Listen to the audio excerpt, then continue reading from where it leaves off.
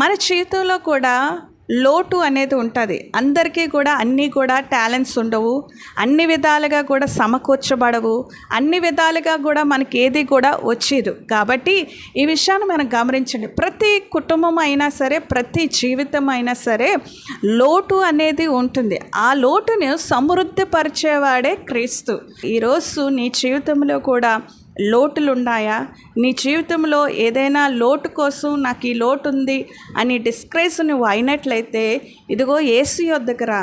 లోటుతో బాధపడుతున్నారు, ఆర్థిక సమస్యతో బాధపడుతున్నారా, లేకపోతే అనారోగ్య సమస్యతో బాధపడుతున్నారా, లేకపోతే నాకు జ్ఞానం లేదు అని బాధపడుతున్నారా, నన్ను ఎవరు పట్టించుకోవట్లేదు, నేను ఒంటరిగా ఉన్నానని బాధపడుతున్నారా, లేకపోతే ఉద్యోగం లేదని బాధపడుతున్నారా, లేకపోతే కుటుంబాన్ని నడిపించలేకపోతున్నానని బాధపడుతున్నారా, ఏ లోటుతో బాధపడుతున్నారో, ఏ సమస్యతో బాధపడుతున్నారో, ఒంటరిగా ఉన్నా లేకపోతే డిస్క్రేజ్లో ఉన్న ఏ సమస్యతో మీరున్నా, ఏ యొక్క లోటుతో మీరున్నా, ఇదిగో దేవుడు సమృద్ధిగా ఇచ్చే దేవుడు మీతో ఉన్నాడు. ఆయన దగ్గరికి రండి.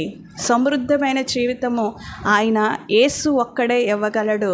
సమృద్ధమైన జీవితము ఆయన దగ్గర దొరుకుతుంది. నీళ్లను ద్రాక్షరసంగా మార్చిన యేసు నీ కన్నీళ్లను కూడా మరి మధురంగా మారుస్తాడు. నీ కన్నీళ్ళను కూడా సంతోషకరంగా మార్చి ఆ లోటునంతటిని కూడా తీసివేసి నీ జీవితానికి తృప్తిని, సమృద్ధిని అనేది అనుగ్రహిస్తాడు.